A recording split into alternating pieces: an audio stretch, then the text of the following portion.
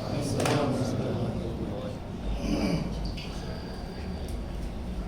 الحمد لله نحمده ونستعينه ونستغفره ونؤمن به ونتوكل عليه ونعوذ بالله من شرور أنفسنا ومن سيئات أعمالنا من يهده الله فلا مضل له ومن يضلل فلا هادي له وأشهد أن لا إله إلا الله وحده لا شريك له وأشهد أن محمدا عبده ورسوله أما بعد يا أيها الذين آمنوا اتقوا الله حق تقاته ولا تموتن إلا وأنتم مسلمون يا أيها الناس اتقوا ربكم الذي خلقكم من نفس واحدة وخلق منها زوجها وبث منهما رجالا كثيرا ونساء واتقوا الله الذي تساءلون به والأرحام إن الله كان عليكم رقيبا يا أيها الذين آمنوا اتقوا الله وقولوا قولا سديدا يصلح لكم أعمالكم ويغفر لكم ذنوبكم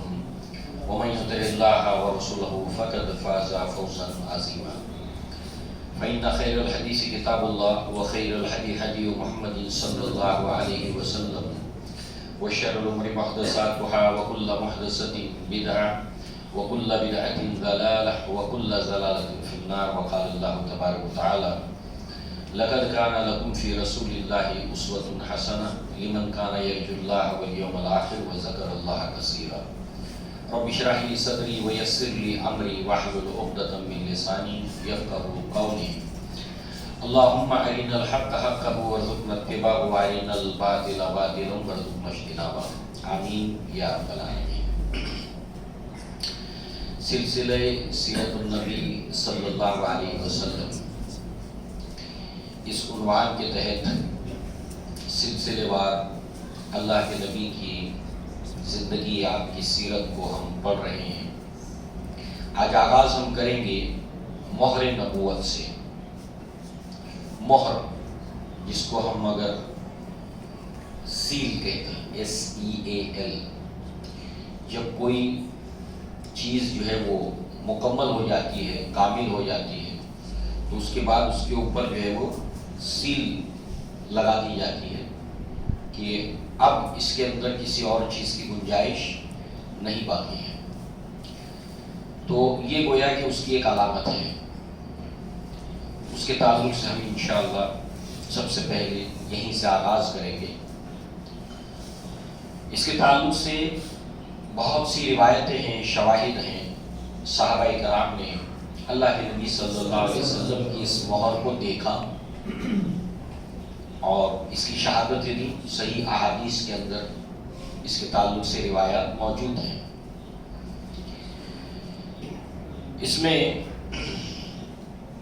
مسلم شریف کے اندر جو ہے وہ صفت النبی صلی اللہ علیہ وسلم کے بیان میں سعید بن یزید رضی اللہ عنہ فرماتے ہیں کہ میری خالہ جو ہے وہ مجھے اللہ کے نبی صلی اللہ علیہ وسلم کے پاس لے گئی۔ میں بیمار رہا کرتا تھا تو میری خالہ جو ہے مجھے اللہ کے نبی کے پاس لے گئی اور کہا کہ یہ میرا بھانجا ہے، اللہ کے نبی اس کے لیے دعا کر دیجیے۔ اس پر اللہ کے نبی صلی اللہ علیہ وسلم نے میرے سر کے اوپر ہاتھ رکھا اور مجھے اللہ کے نبی صلی اللہ علیہ وسلم نے دعا دی۔ بخاری میں بھی کتاب الدعوات میں یہ روایت موجود ہے۔ تو پھر کہتے ہیں کہ اللہ کے نبی صلی اللہ علیہ وسلم نے وضو کیا اور اس وقت وضو کرتے ہوئے آپ کی جو پیٹھ تھی، پشت، وہ میری طرف تھی۔ تو کہتے ہیں کہ پھر میں نے دیکھا فَنَظَرْتُ إِلَى الْخَاتِمِ الَّذِي بَيْنَ كَتَفَيْهِ فَإِذَا مِثْلُ زِرَّ الْحَجَلَةِ۔ یہ متفقن علیہ روایت ہے، دونوں جگہ ہے کہ میں نے پھر دیکھا اللہ کے نبی صلی اللہ علیہ وسلم کی کتفئی، دونوں شانوں کے درمیان جو ہے وہ ایک مہر تھی اور یہ جو ہے وہ کبوتری کے انڈے کی سائز کی جو ہے وہ نشان تھا، مہر تھی۔ اسی طریقے سے ایک اور صحابی رسول ہے عن جابر بن سمرہ رضی اللہ عنہ فرماتے ہیں کہ قال رأيت خاتما في ظهر رسول اللہ صلی اللہ علیہ وسلم كأنه بيضة حمام۔ یہ بھی کبوتری کو کہتے ہیں کہ میں نے اللہ کے نبی صلی اللہ علیہ وسلم کے دونوں شانوں کے درمیان جو ہے وہ مہر نبوت کی دیکھی ہے جو کبوتری کے انڈے کے سائز کی ہے اس کے مطابق تھی. تو یہ مسلم شریف کی روایت ہے. ایک چھوٹی بچی تھی جن کا نام ام خالد تھا. اللہ کے نبی صلی اللہ علیہ وسلم کی مجلس میں یہ ام خالد کے والد ان کو بچی کو لے آیا کرتے. چھوٹی بچی تھی تو یہ بچی اللہ کے نبی صلی اللہ علیہ وسلم سے جو کھیلتی تھی تو اس مہر سے کھیلتی تھی. بچے جو ہوتے ہیں چھوٹے اگر کوئی مسئلہ ہو کوئی چیز ہو تو اس سے کھیلتے ہیں بچے, اگر اس کو دیکھ لیتے ہیں ان کے لیے ایک نئی چیز ہوتی ہے. تو ایسے بچی اس سے کھیلتی تھی اس مہر سے. تو لوگ روکتے تھے نبوت کے زمانے میں, تو اللہ کے نبی صلی اللہ علیہ وسلم کہتے تھے نہیں جانے دو اس کو کھیلنے دو. تو بہرحال بچوں سے لے کر بوڑھوں تک, نوجوانوں سے لے کر جوانوں تک, اور اہل کتاب میں سے کئی اہل کتاب نے اللہ کے نبی صلی اللہ علیہ وسلم کی اس مہر کو دیکھا ہے. اور دراصل اس کے اوپر پھر ایک بات یہ ہے کہ یہ مہر جو ہے وہ پیدائشی طور پر تھی. علامہ ابن کثیر رحمہ اللہ نے کہا کہ یہ پیدائشی طور پر تھی. علامہ ابن قیم رحمہ اللہ نے کافی دلائل شواہد لا کر بتایا کہ نہیں, بوقت پیدائش نہیں تھی بلکہ شک کے صدر کے بعد جو ہے وہ یہ نبوت کی مہر آپ کے پیٹھ کے اوپر جو ہے وہ ابھر آئی تھی. ہاں بہت سی باتیں ہم اس کی تفصیل میں نہیں جائیں گے. مہر تھی, پیدائش کے وقت تھی یا بعد میں شک کے صدر کے بعد, اسی کے اوپر پھر بہت سے علماء کی اپنے اپنے دلائل موجود ہیں. اور یہ ہے کہ اس کا جو جگہ تھی, یہ تو ہم نے دیکھا کہ دونوں شانوں کے درمیان تھی, مگر اس کے علاوہ ایک اور بات کہ جہاں پر انسان کا دل ہوتا ہے, ہارٹ, یعنی بائیں جانب, مگر مکمل طور پر بائیں جانب نہیں بلکہ سینٹر میں سینے کے نہیں بلکہ سینٹر سے تھوڑا سا لیفٹ سائڈ میں, بائیں سائڈ کی طرف جو ہے وہ جہاں دل ہوتا ہے انسان کا, عین اس کے پیچھے جو ہے یہ مہر تھی. دل کی جو جگہ اسپاٹ ہے عین اس کے پیچھے یہ مہر تھی. اور نبوت, ختم نبوت کے ساتھ میں اس کا گہرا تعلق ہے. اللہ تعالیٰ نے اپنے نبی کے دل کے اوپر وحی نازل کی ہے. نزلہ علی قلبہ, اے نبی ہم نے آپ کے جو ہے وہ اس کے دل کے اوپر جو ہے وہ اس کو نازل کیا ہے. نزول وحی کا سلسلہ. تو بہر صورت جو ہے وہ یہ اس مہر کے تعلق سے موجود ہے. ویسے بہت سی باتیں ہیں اس کو لے کر. ایک تو روایت وہ ہے کہ اللہ کے نبی صلی اللہ علیہ وسلم نے فرمایا کہ ایک عالیشان محل بنانے والے نے, اور لوگ اس کو دیکھنے کے لیے آنے لگے. لوگ سارے محل کو دیکھ کر اس کی تعریف کرتے, شاندار محل کی, مگر اس جگہ پر وہ رک جاتے جہاں پر ایک اینٹ کی جگہ باقی تھی. پورا محل تیار ہے, صرف ایک اینٹ کی جگہ باقی ہے.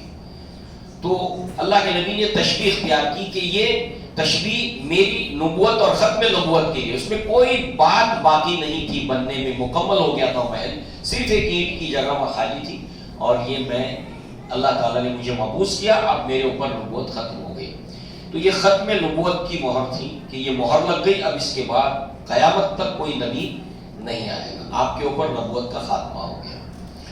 اور اللہ کے نبی کی جتنی علامات گزشتہ جو انبیاء کو بتائی گئی تھی, کتابوں میں بتائی گئی تھی, ان کے انبیاء نے اپنی اپنی امتوں کو یہ علامات بتا کر گئی تھی, کیونکہ ہر نبی نے اپنی امت کو یہ تلقین کی کہ اگر وہ محمد صلی اللہ علیہ وسلم کا زمانہ پائیں گے تو ان پر ایمان بھی لانا اور ان کا ساتھ بھی دینا, ان کی تائید کرنا, ان کی نصرت کرنا. بلکہ یہ حکم اللہ تعالیٰ نے انبیاء کو بھی دیا تھا.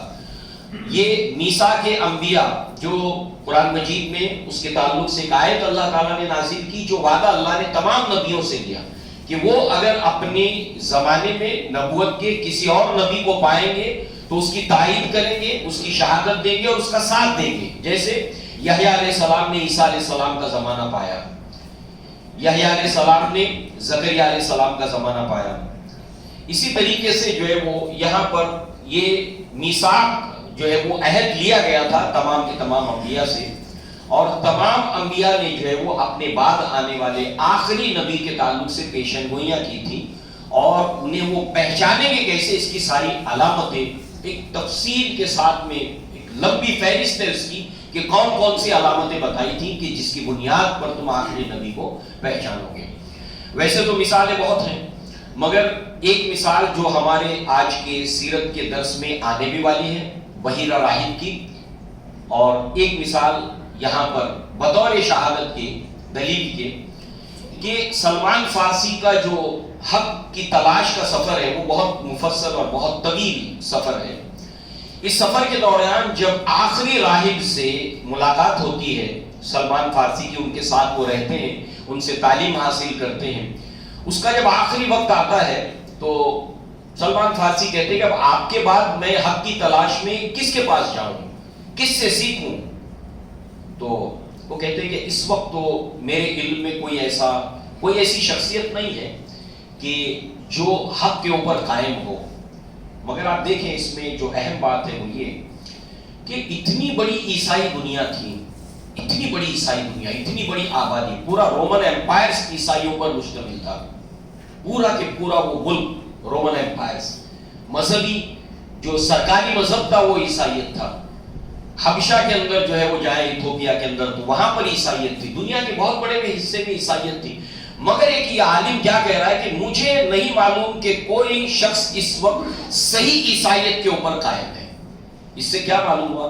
معلوم یہ ہوا کہ اس دین اسلام کو ماننے والے، اس وقت اسلام تو وہی تھا، دین اسلام کے ماننے والے تو کثیر تعداد کے اندر تھے، مگر اس حق دین کے اوپر جو واقعتاً اسلام ہے اس کے اوپر کوئی قائم بھی ہے اس عالم کو پتہ نہیں ہے، اتنی بڑی دنیا کے اندر۔ یہ بہت سبق آموز بات ہے۔ اللہ کے نبی نے جو بات فرمائی کہ یہود کے اندر 71 فرقے ہوئے تھے، نصارہ کے اندر 72 ہوئے، اور میری امت کے اندر 73 فرقے ہوں گے۔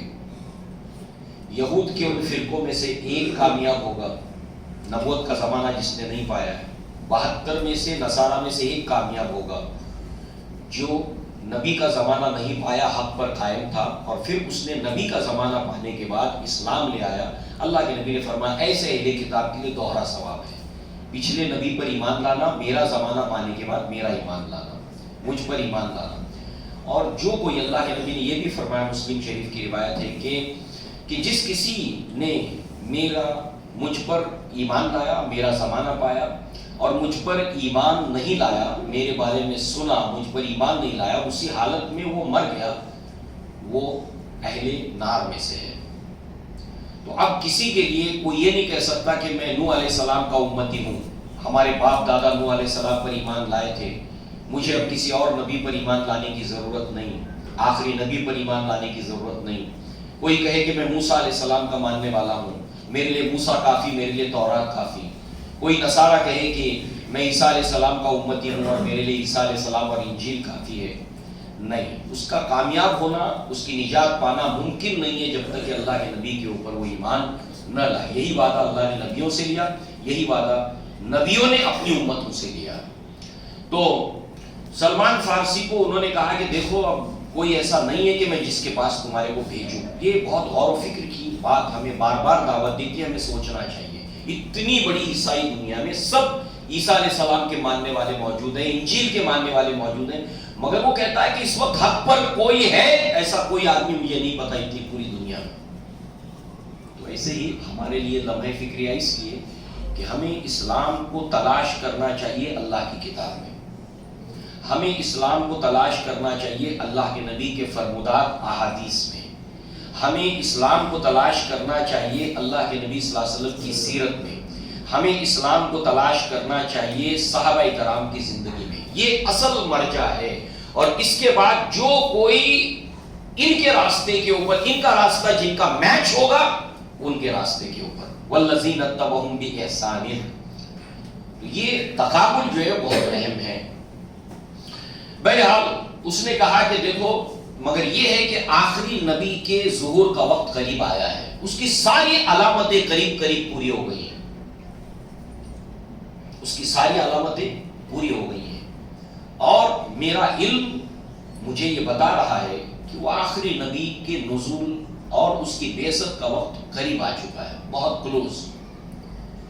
لہذا وہ آخری نبی مکہ میں پیدا ہوگا اور ایسی سرزمین کی طرف ہجرت کرے گا، اور اہل کتاب میں سے یہود نے، نصارہ نے اس شہر کا نام جو ہے وہ جو بتایا ہے اس کے اندر ایک نام تو یثرب ہے. اللہ کے نبی کی ہجرت کے بعد اس کا نام مدینۃ النبی پڑا اور مدینۃ النبی سے پھر مدینہ ہو گیا. اور اس کے علاوہ طیبہ یہ بھی اس کا ایک نام تھا.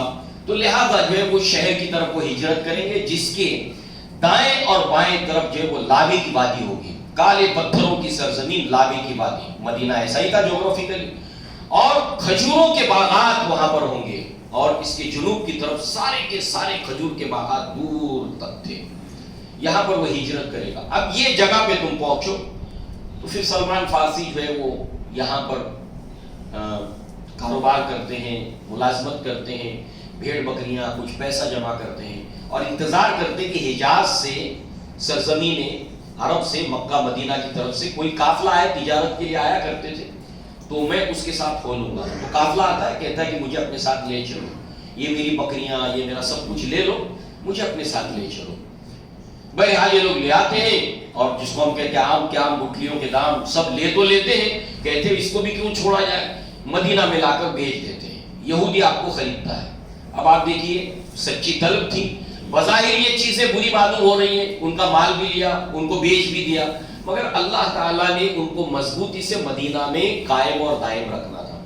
اللہ کے نبی جب ہجرت کر کے مدینہ آتے ہیں اس وقت وہ درخت کے اوپر کام کر رہے ہوتے ہیں, نیچے یہودی درخت کے سائے میں بیٹھا ہے کھجور کے. اب وہ بھاگا جو ہے وہ اس کا رشتہ دار آتا اور کہتا ہے کہ وہ جو یثرب والے اہل یثرب جس کا انتظار کر رہے تھے وہ آ گئے ہیں. اب اس کے بعد سلمان فارسی نے جو اپنی کیفیت بیان کی کہ ان کے ہاتھ پاؤں کانپنے لگے جب انہوں نے جیسی یہ خبر سنی, اور اس کا جلدی نیچے آئے اور پوچھتے تم نے کیا کہا. اس مالک نے ڈانٹا کہ تمہیں اس سے کیا سروگا. تو اس کے بعد جو ہے وہ اللہ کے نبی صلی اللہ علیہ وسلم کی خدمت میں دوسرے دن وہ پہنچتے کچھ کھجوریں لے کر, اللہ کے نبی کو پیش کرتے, کہتے اللہ کے نبی یہ صدقہ کی کھجور ہے. اللہ کے نبی صحابی میں سے ایک صحابی کو دیتے, کہتے اس کو تقسیم کرو. سب کو تقسیم کر دیا جاتا مگر اللہ کے نبی نہیں کھاتے. یہ علامت بتائی تھی اس راہب نے کہ وہ صدقہ نہیں لیں گے. اس کے بعد میں دوسرے دن پھر یہ کھجوریں لے کر آتے, کہتے اللہ کے نبی یہ ہدیہ ہے, تحفہ ہے. اللہ کے نبی سب کو تقسیم کرنے کا حکم دیتے اور خود بھی کھاتے ہیں. دوسری نشانی بھی پوری ہو گئی. تیسری علامت یہ کہ ان کے دونوں شانوں کے درمیان نبوت کی مہر ہے. تو بہرحال اللہ کے نبی ایک جنازے میں شریک ہوتے ہیں, تو اس وقت سلمان فارسی اس کو دیکھتے ہیں اور اتنا روتے ہیں کہ وہ بڑا ایمان افروز سفر ہے. اس لیے کہ صحابہ ان کی تلاش حق کے واقعات کو ان سے سنتے تھے کہ سلمان آپ نے حق کی تلاش میں کیسے تکلیفیں اٹھائی, کیا کیا کیا بتاؤ. اس سے ان کا ایمان تازہ ہو جاتا تھا. تو ظاہر سی بات ہے کہ حق کی تلاش ہر انسان کی ذمہ داری ہے. ہر انسان کو چاہیے کہ وہ سچائی کو تلاش کرے, اور اللہ تعالیٰ نے اس کے اندر وہ صلاحیتیں رکھی ہیں کہ جس کی بنیاد پر وہ حق کی جب تلاش کرتا ہے تو اللہ تعالیٰ پھر اس کی مدد کرتا ہے. وہ حق کی تلاش میں ایک قدم بڑھتا ہے, اللہ تعالیٰ 10 قدم آتا ہے. وہ چل کر آتا ہے, اللہ دوڑ کر آتا ہے. والذین جاہدوا فینا لنہدینہم سبلنا, جو ہماری راہ میں جستجو کریں گے, محنت کریں گے, بھاگ دوڑ کریں گے, ہم ان کے لیے راستہ کھولتے چلے جائیں گے. تلاش ہونی چاہیے. ہم تمہاری وکرم ہیں, کوئی سائل ہی نہیں, راہ دکھلائے کسے, کوئی رہنم منزل ہی نہیں. تربیت تو عام ہے, وہ قابل جوہر ہی نہیں. تربیت ہو جس کی آدم سے, یہ وہ گل ہی نہیں, یہ مٹی نہیں. کس کو تلاش ہے کی؟ مصروف ہے سب دنیا کے اندر, کھاؤ پیو کماؤ مزے کرو. اصل زندگی یہ ہے کہ انسان اسلام کے اوپر عمل کرے, صحیح دین کے اوپر عمل کرے, اور اس طرح سے دنیا میں جائے کہ اسلام ہی وہ دین ہے کہ جس کو اللہ تعالیٰ قبول کرے گا. اس کے علاوہ کوئی دین قابل قبول اللہ کے نزدیک نہیں ہے. بہرحال یہ ایک علامت کے طور پر نبوت کی مہر کو گزشتہ کتابوں میں اور انبیاء نے اس کی خبر دی تھی. تو اب چلیے آگے. اللہ کے نبی صلی اللہ علیہ وسلم جب مکہ آئے, حلیمہ سعدیہ نے آپ کو لا کر چھوڑا. اس کے بعد آپ نے جو ہے وہ قریب 4-5 سال, 4 تو مکمل ہو چکے تھے عمر آپ کی, 4 اور 5 کے درمیان, بعض نے کہا کہ 5 سال مکمل ہو گئی تھی.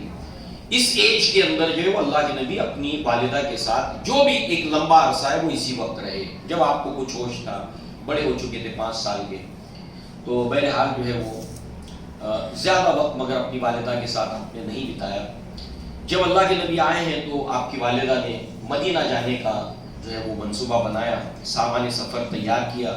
اب 3 افراد ہیں، ایک عبد المطلب ہیں، دوسرے ام ایمن ہیں جو آپ کے والد عبداللہ کی لونڈی تھی، اور وہ اب گھر میں ایک خادم، ایک ملازم کے طور پر تھی۔ ام ایمن، آپ کی والدہ آمنہ، اللہ کے نبی اور عبد المطلب یہ مدینہ کی طرف جاتے ہیں، چونکہ اللہ کے نبی صلی اللہ علیہ وسلم کے جو والد عبداللہ ہیں ان کی تدفین بھی یہی ہوئی تھی، تو چونکہ آپ کی ولادت سے پہلے ہی انتقال ہو گیا تھا والد کا، تو ننیال بھی تھا اللہ کے نبی صلی اللہ علیہ وسلم کا۔ سلمہ ان کے ساتھ میں نکاح کیا تھا ہاشم نے، اور پھر انہی سے جو ہے وہ شیبہ ان کی ولادت ہوئی تھی۔ شیبہ ہی دراصل عبد المطلب ہے، اللہ کے نبی صلی اللہ علیہ وسلم کے دادا، تو اس اعتبار سے عبد المطلب کا بھی رشتہ وہاں سے ہے، اور والد کا انتقال بھی وہیں ہوا تھا۔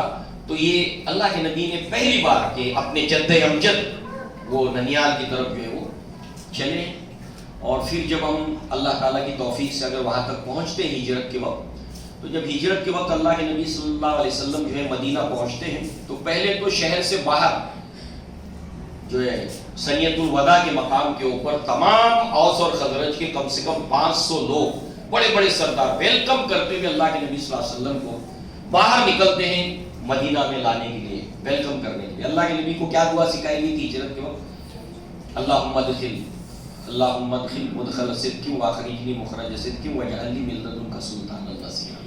اے اللہ مجھے داخل کرنا عزت کے ساتھ، سچائی کے ساتھ، اور مجھے نکالنا سچائی کے ساتھ۔ اللہ کے نبی مکہ سے نکلے ہیں سچائی کے ساتھ، امانت علی بن ابی طالب کے حوالے کی، یہ اس کی سب کو لوٹا دینا سچائی کے ساتھ، کوئی پیچھے نام نہیں رکھ سکتا۔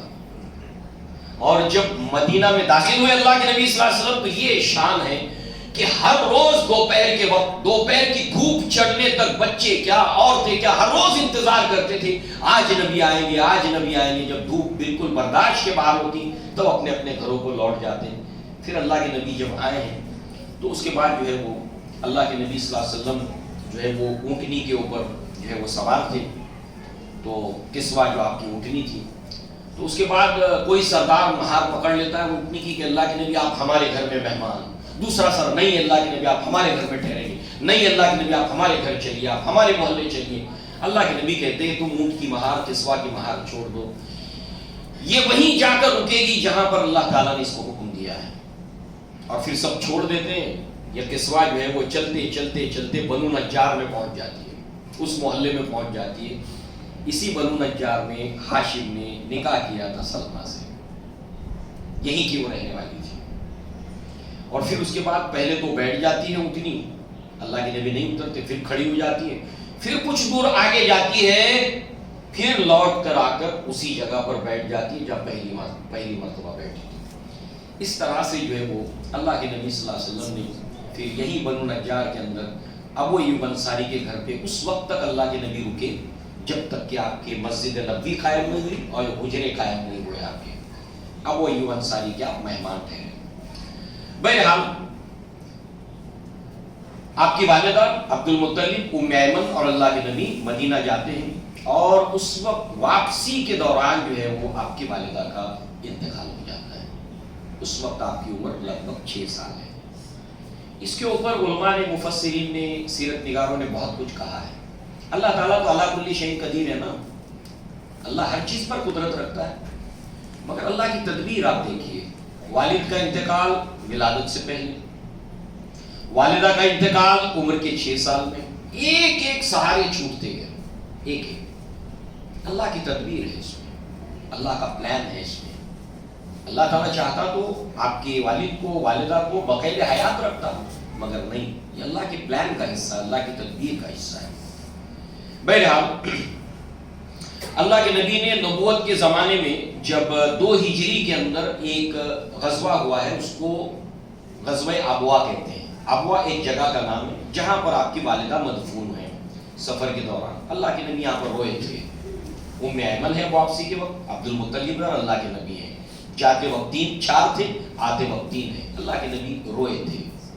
اب آپ سوچئے 5 سال 6 سال کا جو بچہ اس کی عمر ہوتی ہے، پہلی جماعت میں ہوتا ہے، پہلی جماعت کے بچے کو جب بھی آپ دیکھیں تو دیکھیے وہ بچہ جو ہوتا ہے وہ کیا ہوتا ہے، بچہ اتنی عمر تھی اللہ کے نبی کی جب آپ کی والدہ کا انتقال ہو گیا، اللہ کے نبی روئے ہیں، اور اس کے بعد جو ہے ام ایمن عبد المطلب آپ کو لے کر لوٹے ہیں، اور ہجرت کرنے کے بعد 2 ہجری کے اندر یہاں پر ایک غزوہ ہوا تھا مقام ابوا میں، تو اللہ کے نبی صلی اللہ علیہ وسلم جو اپنی والدہ کی قبر پر گئے تھے، اور اس کے بعد ابو ہریرہ اس کے راوی ہیں، مسلم شریف کے اندر کتاب الجنائز کے اندر یہ روایت ہے۔ ابو ہریرہ رضی اللہ عنہ قال وبقی من حوله اصحاب النبی زار النبی صلی اللہ علیہ وسلم قبر امہ فبقى، اللہ کے نبی صلی اللہ علیہ وسلم اپنی ممی کی، اپنی والدہ کی قبر کے اوپر زیارت کے لیے حاضر ہوئے، اور آپ رونے لگے، اپنی امی کو یاد کر کے رونے لگے، اور اللہ کے نبی نے اپنی والدہ کی یاد میں اس واقعے کو اس طریقے سے بیان کیا صحابہ کے سامنے کہ صحابہ کرام سب کے سب رونے لگے، سارے صحابہ رونے لگے۔ اس کے بعد جو ہے وہ کہا کہ فقالا استعذنت ربی ان استغفر لها فلم یؤذن لی، میں نے اللہ تعالیٰ سے اجازت چاہی استغفار کی، مگر اللہ تعالیٰ نے مجھے اجازت نہیں دی۔ اس کے بعد جو ہے وہ اللہ کے نبی صلی اللہ علیہ وسلم نے ایک بات صحابہ کرام کو بتائی کہ دیکھو میں پہلے تمہیں قبر کی زیارتوں سے روکا کرتا تھا، یہ بہت اہم بات ہے، میں تمہیں پہلے قبروں کی زیارتوں سے روکا کرتا تھا، مگر اب میں تم کو اجازت دیتا ہوں کہ تم قبروں کی زیارت کیا کرو۔ ایسی کئی باتیں ہم کو ملتی ہیں، مثال کے طور پر اللہ کے نبی صلی اللہ علیہ وسلم نے بالکل ابتدائی دور میں جب وحی نازل ہوتی تھی تو جو کاتبین وحی تھے، جو وحی کو نوٹ کرتے تھے اور یاد کرتے تھے، حفظ کر لیتے تھے فوراً، اللہ کے نبی کاتبین وحی کو جمع کرتے، اس کے بعد میں وہ نوٹ بھی کرتے اونٹ کی چمڑے کے اوپر اور اونٹ کے شانے کی ہڈی کے اوپر، اور اس طریقے سے جو بھی اس وقت جو لکھا کتابت کا جو ذریعہ تھا اس کے اوپر لکھ لیتے تھے اور اس کو یاد کر لیتے تھے۔ تو لہذا اللہ کے نبی نے اس وقت کہا تھا کہ مجھ سے نہ لکھو سوائے قرآن کے اور کچھ۔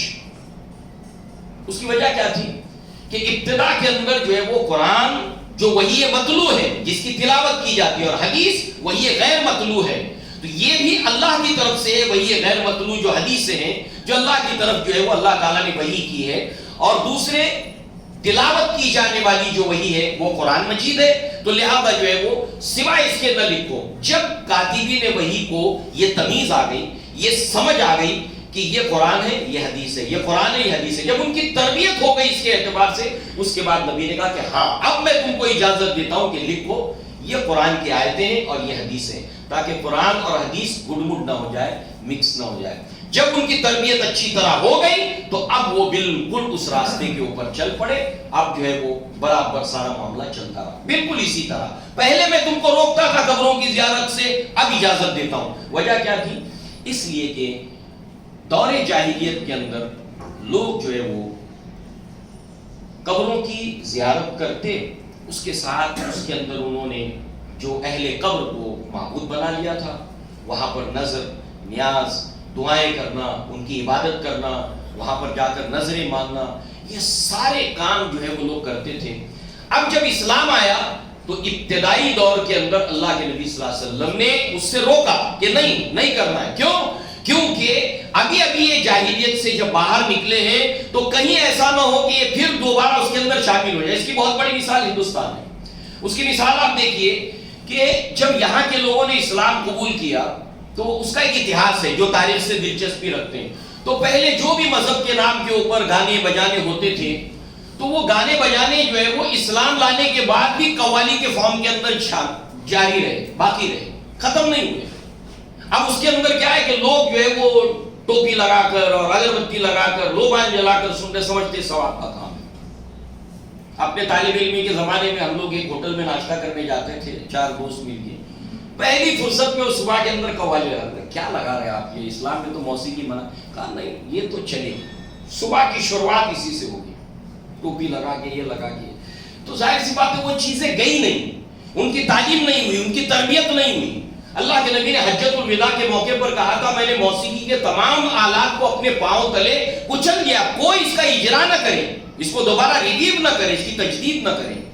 لہذا جو ہے وہ یہاں پر اب جب صحابہ کرام کو اسلام، توحید، اللہ تبارک و تعالیٰ کے ساتھ میں شرک نہ کرنا، شرک کی اقسام کیا کیا ہے، یہ سب جب ان کی اچھی طرح تعلیم اور تربیت ہو گئی، ان کے اندر تمیز آ گیا، تمیز آ گئی، یہ صحیح ہے، یہ غلط ہے، یہ حق ہے، یہ باطل ہے، اب اللہ کے نبی نے فرمایا کہ اب میں تم کو اجازت دیتا ہوں کہ تم زیارت کیا کرو. مقاصد بتائے جانے کا مقصد کیا ہے. جانے کا مقصد یہ ہے نمبر 1 کہ قبر جو ہے وہ دل کو نرم کرتی ہے, انسان کا دل سافٹ ہوتا ہے. یہ مقصد ہے جانا وہاں پر کہ مجھے بھی ایک دن یہیں آنا ہے, میرا انجام بھی یہی ہے. نمبر 2 یہ آنکھوں سے آنسو نکالتی ہے اور مرنے کے بعد کی آخرت کی زندگی کی یاد دلاتی ہے. یہ 3 مقاصد ہے وہاں جانے کے. نمبر اس کے علاوہ ایک دعا کے اندر ہے. اس کے اندر اور کیا مقصد ہے آپ دیکھیں کہ مسلمانوں کو اگر ہم پوچھیں, ہمارے بھائی کلمہ کو اللہ کے نبی سے محبت کرتے ہیں, بہت محبت کرتے ہیں. اللہ کی قسم, اللہ کے نبی کا ہر امتی اللہ کے نبی سے محبت کرتا ہے. ہر امتی, کوئی عقیدت کے اندر محبت کرتا ہے, کوئی عقیدت اور بصیرت کے ساتھ محبت کرتا ہے. مگر ہمیں یہ جان لینا چاہیے کہ ہر امتی اللہ کے نبی سے محبت کرتا ہے. اس کو ہمیں فراموش نہیں کرنا چاہیے. لہذا جو ہے وہ, مگر یہ ہے کہ اس کو اللہ کے نبی سے محبت کی کیسے جاتی ہے, اس کی معرفت نہیں ہے اور اس کو اس طرح کا علم نہیں دیا جاتا, اس تک وہ علم نہیں پہنچتا کہ اللہ کے نبی سے صحابہ نے کیسے محبت کی کیسے جاتی ہے. اس کا ایک ذریعہ اللہ کے نبی کی سیرت کو پڑھنا. آپ محسوس کریں گے کہ جیسے جیسے نبی کے بارے میں آپ سنتے جاتے ہیں, آپ کے دل میں اللہ کے نبی کے لیے محبت کی کلیاں پھولوں کی شکل اختیار کرنے لگتی ہیں. آپ کے دل میں نبی کے لیے محبت بڑھنے لگتی ہے, ایمان بڑھنے لگتا ہے. جب ہم نبی کے بارے میں سنتے جاتے ہیں تو نبی سے عقیدت, محبت اور بصیرت سب بڑھنے لگتی ہے. تو گویا ایسے اسباب ہیں اللہ کے نبی سے محبت کے حصول کے. تو بہرحال جو ہے وہ یہاں پر اللہ کے نبی نے پھر دعا سکھائی. اب آپ دیکھیے کہ مسلمانوں کی ایک بڑی تعداد, اگر کسی جنازے میں 500 لوگ شریک ہیں, اگر ہم ایک سروے کریں کہ بتائیے اللہ کے نبی نے قبر میں جب جاتے ہیں ہم جنازے میں, قبرستان میں, تو کیا دعا ہم کو پڑھنی چاہیے, نبی نے کیا سکھایا. مسلم شریف کی روایت ہے کتاب الجنائز کے اندر, اس کے علاوہ دیگر کتب احادیث میں نبی نے یہ سکھایا ہے. کیا سکھایا؟ السلام علیکم اہل الدیار المؤمنین والمسلمین انا انشاءاللہ بکم لاحقون نسأل اللہ لنا ولکم العافیہ. تم کو سلام ہو, تم پر سلام ہو, اے اپنی قبروں میں سونے والوں تم پر سلام ہو. السلام علیکم اہل الدیار المؤمنین والمسلمین, اے مومن اور مسلمان گھرانوں سے تعلق رکھنے والے. اس کا ایک ایڈریس کا پتہ تھا, جوگیشوری پمپ ہاؤس, روم نمبر یہ, چال نمبر یہ, فلیٹ نمبر یہ. کبھی کسی مسلم گھرانے سے, مومن گھرانے سے تمہارا تعلق تھا, اس نے ٹھکانا یہ, اے مومن اور مسلمان گھرانوں سے, دیار سے تعلق رکھنے والوں, انشاءاللہ ہم بھی ایک دن آپ سے آ کے ملنے والے ہیں. ہم تمہارے لیے بھی اور اپنے لیے بھی اللہ تعالیٰ سے عافیت کی دعا کرتے ہیں. اسی طریقے سے اللہ کے نبی صلی اللہ علیہ وسلم نے اس کے علاوہ جب تدفین کی جائے, میت کو دفنایا جائے, اس کا پورا طریقہ اللہ کے نبی نے سکھایا. جب یہ مسند احمد کی روایت ہے کہ جب میت کو اس کی قبر میں اتارا جاتا ہے تو اللہ کے نبی نے دعائیں سکھائی ہیں. 2 دعائیں ثابت ہیں, ایک ابو داؤد کے اندر, ایک مسند احمد کے اندر ہے. وہ یہ ہے بسم اللہ وعلی سنتی رسول اللہ, اللہ کے نام سے اللہ کے رسول کی سنت کے اوپر. یہ اللہ کے نبی کا طریقہ ہے. اور دوسری روایت میں بسم اللہ علی ملت رسول اللہ, یہ مسند احمد کی روایت ہے کہ اللہ کے رسول کے طریقے کے اوپر ہم تمہیں دفن کرتے ہیں. مگر آپ میں سے کئی لوگ یہ بات جانتے ہیں کہ اللہ کے نبی نے قبرستان میں قرآن پڑھنے سے منع کیا ہے, قبرستان میں قرآن پڑھنے سے منع کیا ہے. اور اسی بنیاد کے اوپر اللہ کے نبی نے فرمایا اپنے گھر کو قبرستان مت بناؤ, یعنی یہاں نماز بھی پڑھو گھر میں, اور اس کے علاوہ گھر کے اندر قرآن کی تلاوت بھی کرو. کیونکہ قرآن کی تلاوت کہاں نہیں کی جاتی؟ قبرستان میں. تو قرآن کی تلاوت نہ کر کے اپنے گھر کو قبرستان مت بناؤ, گھروں میں تلاوت کرو. مگر ہم کیا کرتے ہیں, مٹی لیتے ہیں ایک مٹھی اور پھر وہ آیت پڑھتے, آیت کا حصہ پڑھتے, منہا خلقناکم, قرآن پڑھنے نہ منع کیا نبی نے، ان کے لیے مغفرت کی دعا کرو. اور پھر اس کے علاوہ جب ہم اس کو دفنا چکے، قبر تیار ہو جائے، اللہ کے نبی صلی اللہ علیہ وسلم نے ایک دعا سکھائی. وہ دعا کیا ہے؟ اللہم اغفر لہ، اے اللہ اس کی مغفرت فرما. اللہم ثبتہ، اے اللہ اس کو ثابت قدم رکھنا. اور اللہ کے نبی نے صحابہ کو تلقین کی کہ دیکھو جب تم دفنا چکو تو اپنے بھائی کے لیے یہ دعا کرو. یہ دو دعائیں کیا ہے؟ اے اللہ اس کو معاف کر دے، اس کی مغفرت فرما. اور نمبر 2، اللہم ثبتہ، یعنی جب فرشتے اب اس سے سوال پوچھیں گے من ربو کا، ما دینو کا، من نبیو کا، تو اس وقت اس کو ثابت قدم رکھنا. سعد بن معاذ رضی اللہ عنہ کہتے ہیں کہ میں جب بھی میت کے اندر شریک ہوتا میری 3 عادتیں تھیں اور میں یہ آرزو رکھتا ہوں کہ میں اس کے اوپر قائم اور دائم رہوں، دائم اور قائم رہوں. ان میں سے ایک یہ ہے کہ جب بھی میں قبرستان اور جنازے میں شریک ہوتا تو اپنے ذہن اور دل کے اندر ایک بات گردش کرتی رہتی میں یہ بات سوچتا رہتا کہ اب اس سے کیا سوال پوچھا جائے گا اور یہ کیا جواب دے گا. اللہ کے نبی نے ہم کو دعا سکھائی. دوستو ہم نے اپنے کتنے بھائیوں کو دفن کیا ہے، مگر اس دعا سے ہمارے بھائی کو ہم نے محروم رکھا جس کو ہم نے نبی نے ہم کو سکھایا تھا. اے اللہ اس کو معاف کر دے. اے اللہ تعالیٰ جب سوال پوچھا جائے اس سے، اے اللہ ہمارے اس بھائی کو ثابت قدم رکھنا. سوچئے دوستو ہم نے علم حاصل نہیں کیا، ہم نے نہ جانے سینکڑوں اور کتنے اپنے بھائی بہنوں کو تدفین کی، مگر نبی کے طریقے کے اوپر سے ہم نے اس کو محروم رکھا. اور اللہ نہ کرے کہ ہم بھی نبی کے اس طریقے سے جب ہم مر جائیں تو محروم رہیں. اس لیے اپنے دوست ایسے بناؤ جو علم رکھتے ہیں. اللہ کے نبی نے فرمایا کہ جس کے جنازے کے اندر 70 موحدین شریک ہوں، بعض روایت میں 40، اللہ تعالیٰ اس کی مغفرت کر دیتا ہے. کیونکہ وہ نماز جنازہ میں بھی اس کے لیے مغفرت کی دعا کرتے ہیں اور یہ انہیں علم ہے کہ ہمیں کیا پڑھنا چاہیے. بہرحال یہ برسبیل تذکرہ بات آ گئی کہ اللہ کے نبی صلی اللہ علیہ وسلم نے یہاں پر صحابہ کو اجازت دی اور اس کے مقاصد بتائے، اور اس اعتبار سے ہم 2 انتہاؤں پر چلے گئے. امت مسلمہ اس معاملے میں، اس سنت میں، اللہ کے نبی کے بارے میں کتنی بار آپ نے سنا ہے کہ اللہ کے نبی بقیع کے قبرستان جایا کرتے تھے، وہاں پہ مغفرت کی دعائیں مانگا کرتے تھے. اللہ کے نبی سفر پر ہوتے اور آنے کے بعد پتہ چلتا کہ کسی کا انتقال ہوا. ایک خاتون تھی مسجد نبی کو صاف رکھا کرتی تھی، جھاڑو دیا کرتی تھی. اللہ کے نبی نے جب مارک کیا کچھ وقت گزرنے کے بعد، کچھ نمازیں ختم ہوئی کہ وہ خاتون نہیں دکھائی دیتی. کہا اللہ کے نبی انتقال ہوا. کہا تم نے کیوں نہیں بتایا مجھے؟ اللہ کے نبی بقیع کے قبرستان گئے، اس کے لیے مغفرت کی دعا کی. اللہ کے نبی غزوہ بدر میں گئے ہیں، آپ کی بیٹی جو ہے وہ زینب رضی اللہ عنہا ان کا انتقال ہو جاتا ہے، رقیہ رضی اللہ عنہ ان کا انتقال ہو جاتا ہے، اور اللہ کے نبی صلی اللہ علیہ وسلم کے واپس ہونے سے پہلے ان کی تدفین ہو جاتی ہے. اللہ کے نبی کو خبر دی جاتی ہے، اللہ کے نبی بقیع کے قبرستان جاتے ہیں. اللہ کے نبی کثرت سے جایا کرتے تھے. تو اللہ کے نبی کے طریقے پر چلتے ہوئے صحابہ بھی یہ عمل کیا کرتے تھے. مگر اگر ہم اللہ کے نبی کے سچے متبع ہیں تو بالکل جو جانے کا مقصد ہے اس مقصد سے جانا اور مغفرت کی دعائیں بھی کرنا، میت کی تدفین سنت طریقے پر کرنا، اس کی تعلیم اور تربیت کا اہتمام اپنی مسجدوں میں کرنا کہ ہماری مسجد میں ان پڑھ اور گنوار نہیں ہونے چاہیے. کتنا شور ہوتا ہے آپ دیکھیے تدفین کے وقت میں، ان پڑھ گنوار لوگ کہتے ہیں یہ کرو وہ کرو. وہ تو عبرت کی جگہ ہے، اور ہمارے یہاں پر ایسے ٹرینڈ ہونے چاہیے نوجوان کہ کسی کو کچھ نہ کہنا پڑے. میں نے ایک چیز مارک کی، مدینہ کے اندر عموماً عصر اور مغرب کے درمیان جو بھی بقیع کی قبرستان میتیں لے جایا کرتی تھی، میں زیادہ تر کوشش کرتا تھا کہ ادھر جاؤں ہی.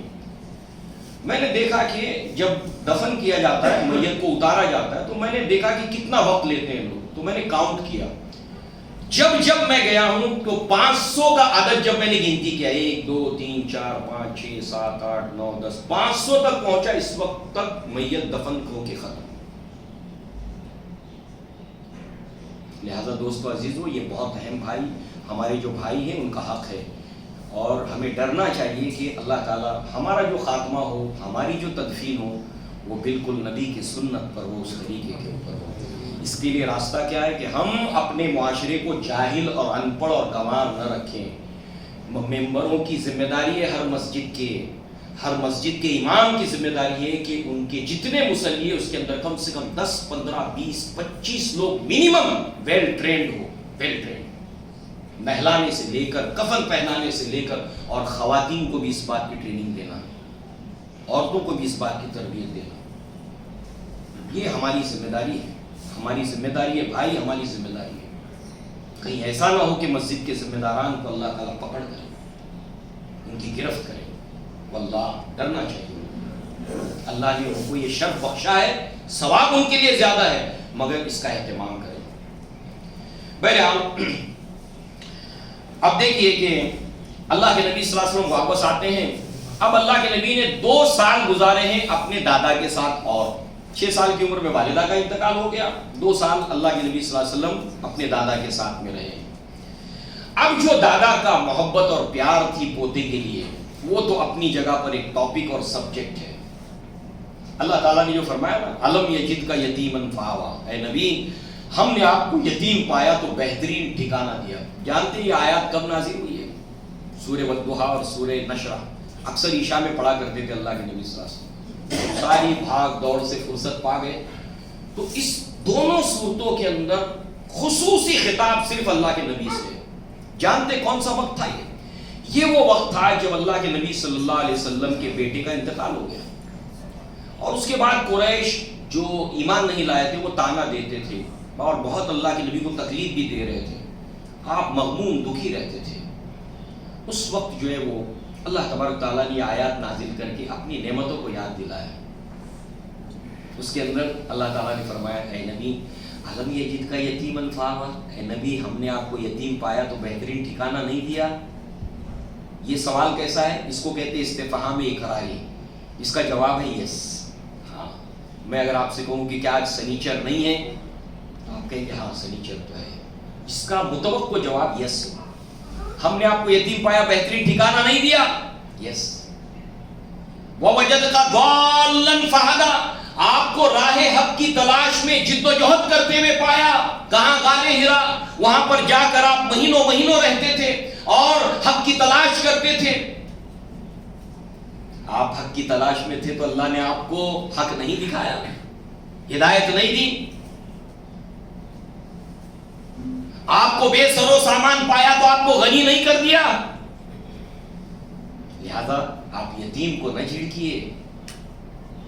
فَأَمَّا الْيَتِيمَ فَلَا تَقْهَرْ، اللہ تعالیٰ نے اس دور سے آپ کو گزارا، یتیمی کے درد سے آپ کو گزارا۔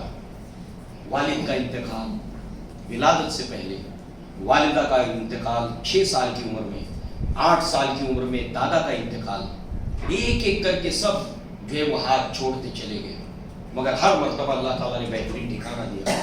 اور اللہ کے نبی یتیم کا درد کو آپ نے محسوس کیا، فیل کیا، جس کو ہم کہتے ہیں فرسٹ ہینڈ ایکسپیرینس، کیونکہ دنیا کے اندر ہمیشہ سے اور آج بھی اور قیامت تک یتیموں کے ساتھ ہمیشہ ناروا سلوک کیا گیا ہے، اور سب سے زیادہ سوسائٹی کا ویکر سیکشن جو ہوتا ہے، جس کے اوپر کسی کی نظر بھی نہیں جاتی، مزدور اس کے ساتھ ایکسپلائٹیشن ہو رہا ہے وہ دکھائی دیتا ہے، مگر 4 دیواری کے اندر جو ڈومیسٹک وائلنس ان یتیموں کے ساتھ میں ہوتا ہے، اللہ کی قسم اس کو دیکھنے والے نہیں ہوتے اس کو دیکھنے والے۔ اللہ تبارک و تعالیٰ نے اپنے نبی کو اس دور سے جو گزارا ہے، یتیمی کے دور سے، اللہ کے نبی کی زندگی کے واقعات میں آپ دیکھیے، جب مکہ فتح ہوا تو حمزہ رضی اللہ عنہ کی بچی جو ہے وہ اللہ کے نبی کے پاس جو ہے وہ روتی روتی جب آتی ہے، بھاگی بھاگی جب چلی آتی ہے، اللہ کے نبی اس کو اٹھاتے اپنی گود میں، اور اللہ کے نبی کی آنکھوں میں آنسو آ جاتے ہیں، یتیم بچی ہے۔ اللہ کے نبی نے اپنے صحابہ کے سامنے یتیموں کی پرورش کا ایسا خطبہ دیا کہ 3 صحابہ کھڑے ہو گئے، علی ابن ابی طالب، جعفر ابن ابی طالب اور زید ابن حارثہ، تینوں نے کہا کہ اللہ کے نبی میرا حق ہے، اس بچی کی پرورش میں کروں گا۔ علی ابن ابی طالب نے کہا نہیں اللہ کے نبی اس یتیم کی پرورش بچی کی میں کروں گا۔ جعفر ابن ابی طالب کہتے ہیں اللہ کے نبی میں اس کی پرورش کروں گا، میں حقدار زیادہ ہوں۔ سب اپنی دلیل دے رہے ہیں، علی ابن ابی طالب اپنی دلیل دے رہے ہیں، جعفر طیار اپنی دلیل دے رہے ہیں، زید بن حارثہ اپنی دلیل دے رہے ہیں، اللہ کے نبی اس بچی کو میرے زیر پرستی جو ہے وہ آپ پرورش کے لیے دیجیے۔ اللہ کے نبی سب کی دلیلیں سنتے ہیں۔ جعفر رضی اللہ عنہ کہتے ہیں اللہ کے نبی ایک تو یہ میرے چچا کی بیٹی ہے، اور نمبر 2 یہ ہے کہ اس کی خالہ میرے نکاح کے اندر ہے، تو اللہ کے نبی نے فرمایا خالہ ماں کے بعد جو ہے وہ سب سے قریب ہوتی ہے، یعنی اس کی سگی بہن ہے تو ظاہر سی بات ہے میری بہن کی بچی ہے، وہ پرورش کرنے میں جو معاملہ کرے گی وہ خالہ کے علاوہ کوئی دوسری عورت کر سکتی ہے، نیک متقی پرہیزگار، مگر وہ ایموشن جو خالہ کے ہوں گے وہ نہیں ہو سکتے۔ تو اللہ کے نبی نے جعفر ابن ابی طالب کے حوالے کیا۔ اسی طریقے سے جو ہے وہ اللہ تعالیٰ نے جو قرآن مجید میں سورت نازل کی کہ آخری 10 صورتوں میں وہ موجود ہے ایک صورت کہ جس کے اندر اللہ تعالیٰ نے فرمایا کہ رَأَيْتَ الَّذِي يُكَذِّبُ بِالدِّينِ، اے نبی آپ نے دیکھا اس کو جو دین کو جھٹلاتا ہے۔ أَرَأَيْتَ الَّذِي يُكَذِّبُ بِالدِّينِ فَذَلِكَ الَّذِي يَدُعُّ الْيَتِيمَ، یتیم کو دھکا دیتا ہے۔ یہ کون ہے؟ علامہ ابن کثیر اور دیگر مفسرین نے بتایا کہ یہ ابو جہل تھا، اس کے پاس اپنے ایک یتیم بچے رشتہ دار کا مال تھا، بچے کو اور اس کی ماں کو ضرورت پڑ گئی، ماں نے کہا کہ جاؤ لے آؤ، اب اس نے دھکا دے کے نکال لیا۔ کیوں؟ اللہ تعالیٰ سورہ نساء پڑھی جب یتیموں کے بارے میں اللہ تعالیٰ نے جو کچھ بھی کہا ہے، ان کے مالوں کو جلدی جلدی ہڑپ مت کر جاؤ کہ بڑے ہو جائیں گے تو کھڑے ہو جائیں گے، لاؤ چچا دے دو میرا مال جو آپ کے پاس میرے باپ چھوڑ مرا تھا۔ تو کیا ہے، اس سے پہلے کہ بڑے ہو جائیں کھا پی کر ختم کرو، پھر اس کے بعد میں اپنے کاروبار میں ملاؤ، فائدہ خود اٹھاؤ اور اس کو مدل لوٹا دو۔ نہیں، کاروبار میں آپ ملا سکتے ہو، اللہ نے آپ کو اجازت دی ہے، مگر جو پروفٹ ہے اس کو شیئر کر کے ایک طرف رکھو، پروفٹ سمیت لوٹاؤ۔ تو معلوم یہاں پر یہ ہوا کہ اس نے جو دھکے مار کر نکالنا ہے، اب جو ہے وہ یہ بچے کو اس نے کہا کہ یہ میرا مال ہے، لوٹاتا نہیں چچا۔ کسی نے مذاقاً کے طور پر کہا کہ جاؤ وہ گھر پہ جاؤ اور ان کو بتاؤ۔ یتیم بچہ جاتا ہے، دروازے کو ناک کرتا ہے، اللہ کے نبی آتے ہیں، کہتے کہ میرا مال ہے، میرا چچا لوٹاتا نہیں۔ یتیم بچہ، اللہ کے نبی جو گئے ہیں وہاں دروازے کو ناک کیا ہے، جب دروازہ کھولا تو ایسا روب اور خوف طاری ہوا ابو جہل کے اوپر کہ لا کر اس نے لوٹا دیا۔ یہ یتیموں کے لیے آپ کا جو درد تھا، آپ کے دل کے اندر جو کیفیت تھی، اس لیے کہ دنیا کے اندر یہ ویکر سیکشن جو تھا اس کے اوپر ہمیشہ سے اس کا استحصال ہوا ہے، ہو رہا ہے اور ہوتا رہے گا۔ اس لیے اللہ کے نبی صلی اللہ علیہ وسلم نے فرمایا کہ اللہ کی زمین کے اوپر سب سے بہترین گھر وہ ہے، سب سے اچھا گھر وہ ہے جس کے اندر کوئی یتیم پرورش پاتا ہے اور اس کی دیکھ بھال اور پرورش بہت اچھی طرح سے کی جاتی ہے، اور سب سے بدترین گھر وہ ہے زمین کے اوپر جس میں کوئی یتیم ہو اور اس کے ساتھ برا سلوک کیا جاتا ہے۔ تو اور بہت سی باتیں ہیں، ہم تفصیل میں نہیں جائیں گے۔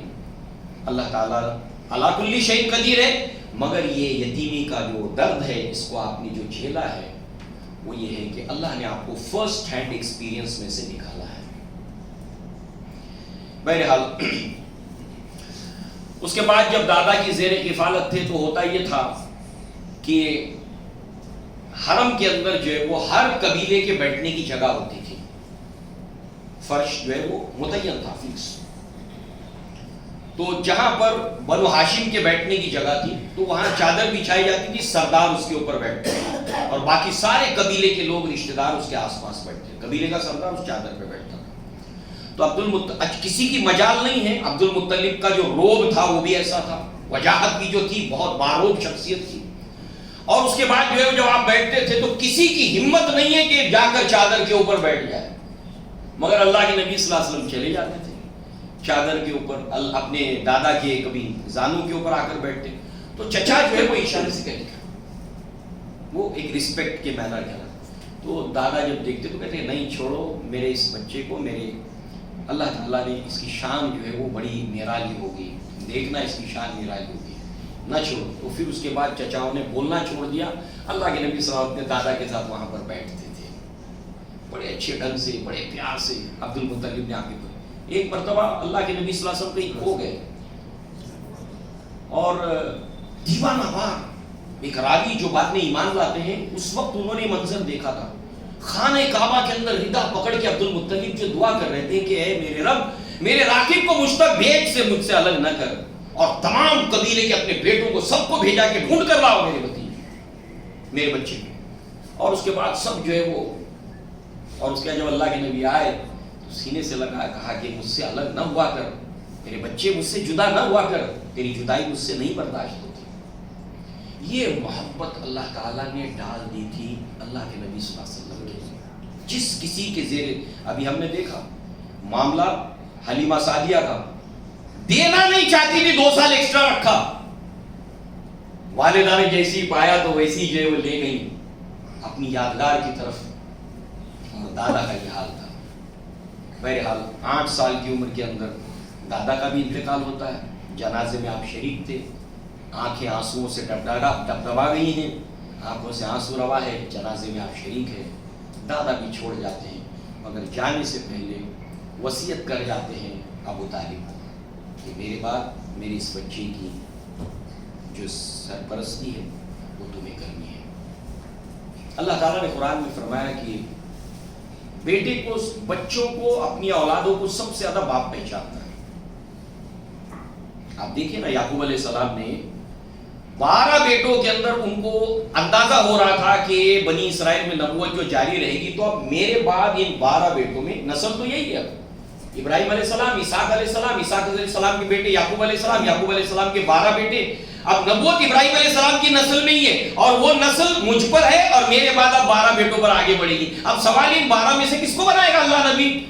تو ان کو ننھے ننھے بیروا کے چکنے چکنے بعد ان کو نظر آتا تھا کہ شاید میرے بیٹے یوسف کو اللہ تعالیٰ نبی بنائے گا۔ تو باپ سب سے زیادہ بیٹوں کو پہچانتا ہے، ان کے مائنس، ان کے پلس۔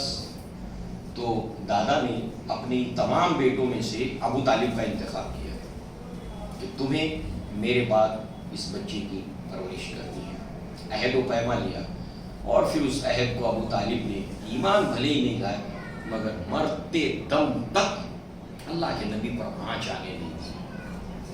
اللہ تعالیٰ سے دعا ہے اللہ تعالیٰ ہمیں پیارے حبیب محمد رسول اللہ صلی اللہ علیہ وسلم کی سیرت کو پڑھنے کی توفیق عطا فرمائے۔